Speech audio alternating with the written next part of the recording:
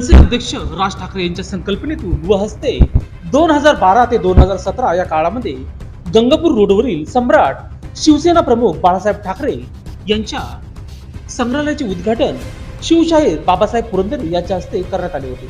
मनसेचा सत्ताकाळ गेल्यानंतर पुन्हा एकदा या इतिहास संग्रहालयाचा कायापालट माजी विरोधी पक्षनेते आणि शिवसेना एकनाथ शिंदे गटाचे उपनेते अजय बोरस्ते यांच्या संकल्पनेतून या संग्रहालयाचे उन्नतीकरण करण्यात आले आहे. या संग्रहालयाचे लोकार्पण मुख्यमंत्री एकनाथ शिंदे यांच्या हस्ते करण्यात येणार असून नाशिक महानगरपालिकेच्या अधिकाऱ्यांनी ज्या ठेकेदाराला हे काम दिले आहे त्या ठेकेदाराने राज ठाकरे यांच्या हस्ते लोकार्पण झालेली कोनशिला काढून टाकल्याने मनसे पदाधिकारी संतप्त झालेले आहेत. मनसेचे प्रदेश उपाध्यक्ष अशोक मुर्तडक, जिल्हा प्रमुख अंकुश पवार, शहराध्यक्ष सुदाम कोंबडे यांनी संग्रहालयाला भेट देत महापालिका प्रशासन आणि ठेकेदारांच्या विरोधात घोषणाबाजी केली आहे.